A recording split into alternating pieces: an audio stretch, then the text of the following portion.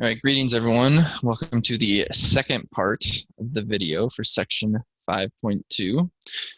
Continuing on with our study of angles and now looking at some angles that are related in certain ways and also a different way to measure angles.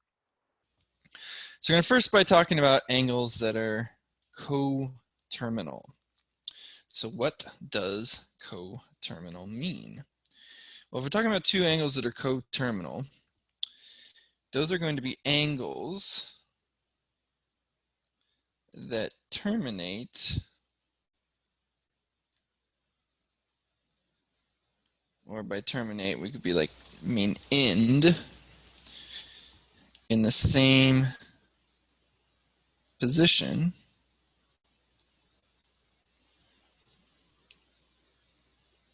or, as we talked about in the first video, another name for that side at which they end, excuse me, is the terminal side. So at the same terminal side. That should be terminal, not terminate, not terminating anything or anything yet. That'll come later in the quarter. Okay, so in the picture here, you see an example of what this means.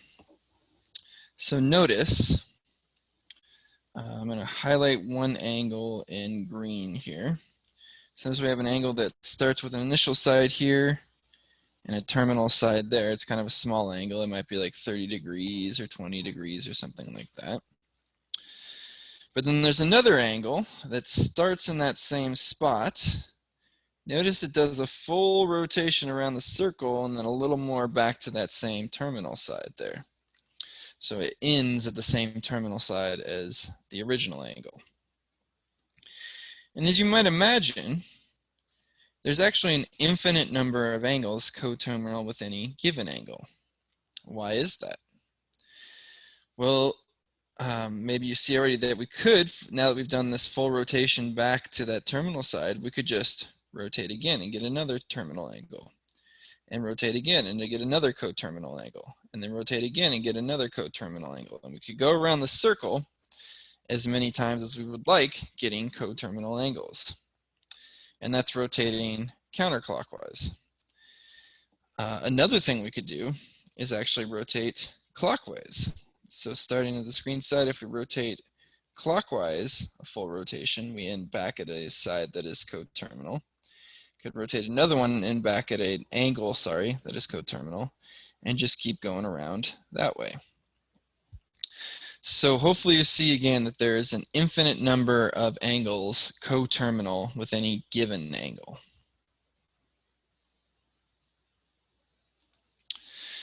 All right, so let's talk about finding the measures of coterminal angles given a particular angle measure. So here we're given some different angles, 400 degrees, 720 degrees, and so on. And we need to find given angles that are coterminal and that fall within the range 0 to 360, so within a single rotation of a circle. So let's think about how we could do this. So our first angle measure here is 400 degrees. And so we may not be able to visualize exactly what 400 degrees looks like, but something we know for sure is it's more than 360 degrees, which means if we're going to draw the angle, we're going to do more than a full rotation, right? So it might look something like this. I'll put my terminal side here in red. And so we want to find a smaller angle that has the same terminal side, but has a measure less than 360 degrees. And how could we do that? Well, notice that if we rotate back a full circle, right, we'd end up with this angle I'm going to highlight in blue, which looks like it probably has a measure less than 360 degrees. So if we're rotating backwards 360 degrees, what are we really doing to the measure of our angle? That's right, we're taking away 360 degrees, right? So we started with a 400 degree angle, we subtract 360, And notice that gives us 40 degrees, so the measure of that coterminal angle there that is within the correct range would be 40 degrees. Okay. All right, let's look at the next one. I'm not going to draw a picture for this one. We're just going to kind of reason it out the way we did this one. So now we have a 720 degree angle, which again is bigger than 360, so we can imagine that there's probably a couple of rotations in there. So what should we do to find an angle measure coterminal with that is within the correct range? That's right, we'll go ahead and subtract 360 again, right? So we'll do 720 degrees minus 360 degrees. If we work that out or punch it in our calculator, we'll see that the answer there is 360 degrees. Now, does that fall within the acceptable range that we are given? Well, I see a 360 degrees here, so does that mean yes? No, because notice that next to that 360 degrees, there's a less than sign, right? So we can't actually be at 360 degrees to answer this problem. We have to be less than that.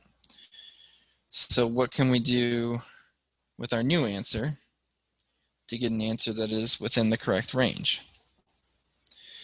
That's right, we'll just go ahead and subtract 360 degrees again. So we'll do 360 degrees minus 360 degrees. That'll give us 0 degrees. Is that now in the correct range? Yes, it is, because notice that here with 0, we have that less than or equal to, so our angle measures can be equal to 0 degrees. So that is allowed. So that would be the answer for that one. All right, I'm going to skip down to number 4, that negative 60 degrees, and talk about how would we deal with that one. Well, here we now have an angle measure that is less than 0, so it doesn't fall in the correct range, but this time rather than being too big, it's actually too small. So how do you suppose we deal with that? Right, so with the previous ones, we subtracted 360 degrees. Here, we're actually going to add 360 degrees. So do negative 60 degrees plus 360 degrees, which will give us 300 degrees. Okay, and that's within our correct range because that's less than 360. So we know that the measure, the coterminal measure for this angle would be 360 degrees. Okay. All right, I'll leave the other ones for you to try. Let's talk about a different way now to measure angles. And in order to understand this new angle measurement, the first thing we need to keep in mind is this idea of arc length, which we'll come back to a little later in this section, but for now we're just going to introduce the idea. See, arc length is the length of an arc S along a circle of radius r, subtended or drawn out by an angle theta. Is a portion of the circumference between the initial and terminal sides of the angle. So that's when it says that part about the arc being subtended by the angle. That second sentence explains it. So basically, an arc relates to an angle, and the two ends of the arc will hit the two sides of the angle. So in the picture here, that red curved part labeled as S, that's the length of the arc related to the angle theta in that picture. And notice that the arc again hits each side of the angle. Okay, and that leads us to then this idea of a radian measure of an angle. So radian measure is the ratio of the length of the circular arc subtended by the angle to the radius of the circle. In other words, if S is the length of an arc of a circle and R is the radius of the circle, then radian measure equals S over R. Pretty straightforward, right? Clear as mud. Yeah, that's what I thought. So let's actually look at an example of this. So let's say we have a circle of radius 6. And we want us to find the radian measure corresponding to an angle measure of 180 degrees.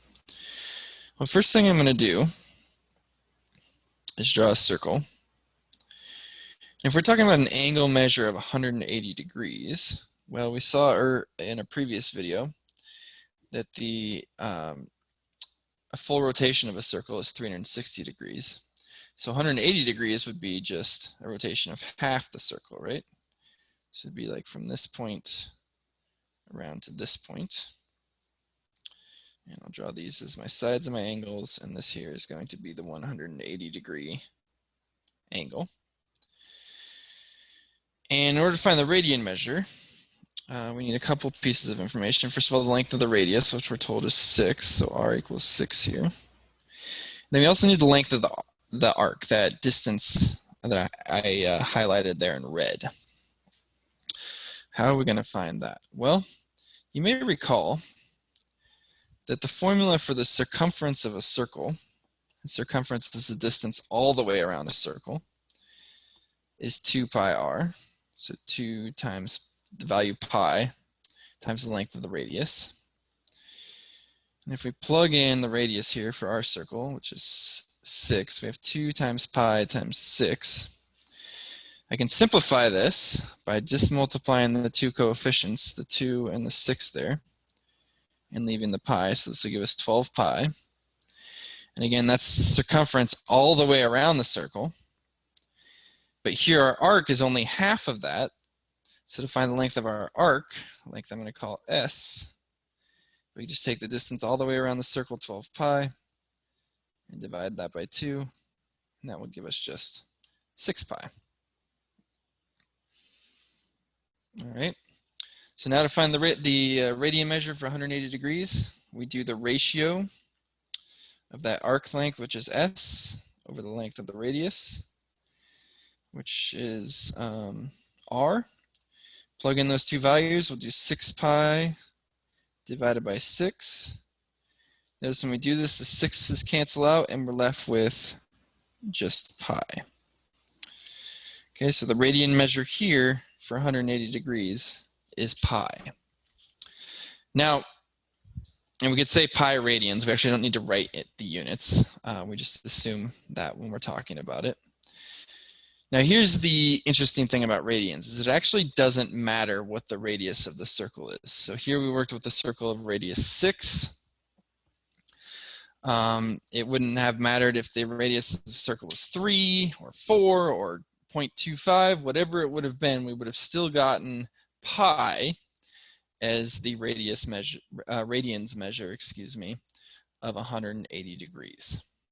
Okay, we'll talk more about radians in the next video. Thank you for watching.